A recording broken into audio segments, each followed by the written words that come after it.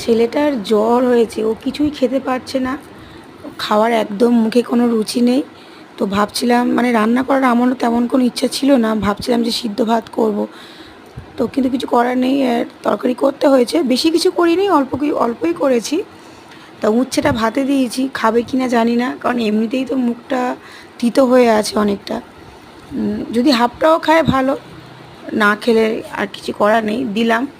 আর যা ভাত বেড়েছে ওই ভাতটাও মনে হয় খেতে পারবে না, তাও দিয়েছি। একদমই খেতে পারছে না। আর মাছের ঝোল করেছি, কিন্তু আমার ছেলে বলছে ও মাছের ঝোল একদমই খাবে না, মাছ খাওয়ার কোনো ইচ্ছা নেই। আমি বললাম যে একটু ঝাল ঝাল করেছি, খা। বলছে না, মাছের ঝোল আমি একদমই খাবো না, মাছ তো খেতেই ভালো লাগছে না। তো আমি ওই ডিম সিদ্ধ করে ডিমের তরকারি করেছি অল্প করে, লোহার কড়াইতে করেছিলাম। তো তারপর কিছুক্ষণ রাখার পরে দেখছি একটু কালো কালো হয়ে যাচ্ছে, আমি আবার ওই জন্য সসপ্যানে ঢেলে রেখেছিলাম। তোকে কাটিয়ে দিচ্ছি, দেখি ডিমের ঝোলটা দিয়েও ভাত খেতে পারবে, কারণ ডিমটাই বেশি ভালোবাসে।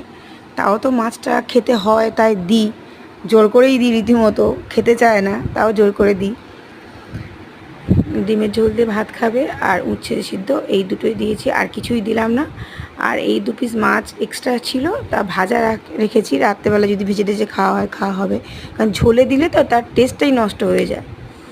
দুপুরে ঝোল ঠিক আছে, রাত্রেবেলা ওই ঝোল আর ভালো লাগে না।